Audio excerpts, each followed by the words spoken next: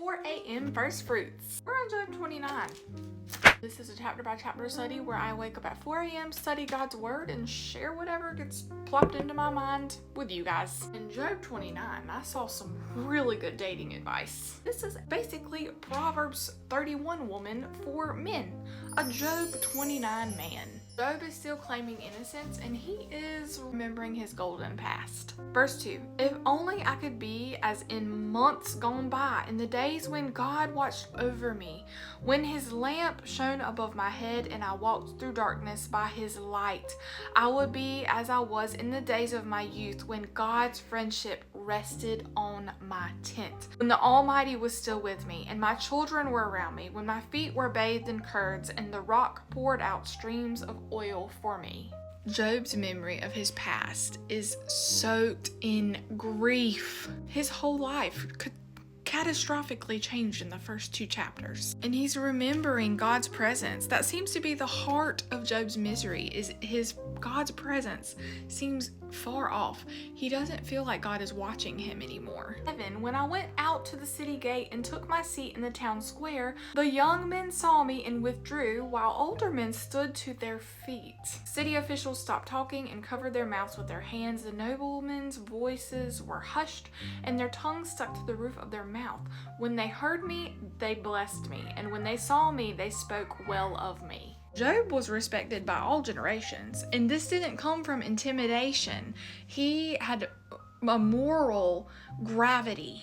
He was respected because he was good. Verse 12, for I rescued the poor who cried out for help, and the fatherless child who had no one to support him.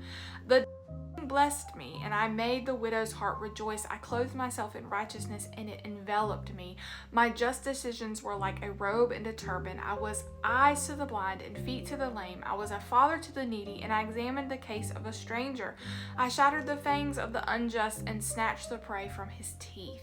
This is a Job 29 man. He's rescuing the poor, he's caring for the orphans, the widows, and he's confronting the wicked with progress. And he was faithful with hands and feet. He served people and he loved God. 18, so I thought, I will my own nest and multiply my days as the sand. My roots will have access to water, and the dew will rest on my branches all night. My whole being will be refreshed within me, and my bow will be renewed in my hand. Job assumed that all of his righteousness would just bring him peace forever, but his dreams were shattered by the calamities in the first 2 chapters. Scholars believe that Proverbs wasn't around for generations to come after Job, but yet when you listen to the things that Job is talking about, they sound just like Proverbs. It's almost like Proverbs is humming in the background. Righteousness bringing honor, justice protecting the vulnerable, wisdom that leads to stability, wicked are cut off eventually. Job wasn't reading Proverbs, he just spoke it out naturally. That's what wisdom does. However, Job's life was the test case that tells us that Proverbs is not a prosperity gospel. It's not mechanical. 21, men listened to me with expectation, waiting silently for my advice. After a word from me, they did not speak again. My speech settled on them like dew. They waited for me as for the rain, and opened their mouths as for spring showers. If I smiled at them, they couldn't believe it. They were thrilled at the light of my countenance. I directed their course and presided as chief.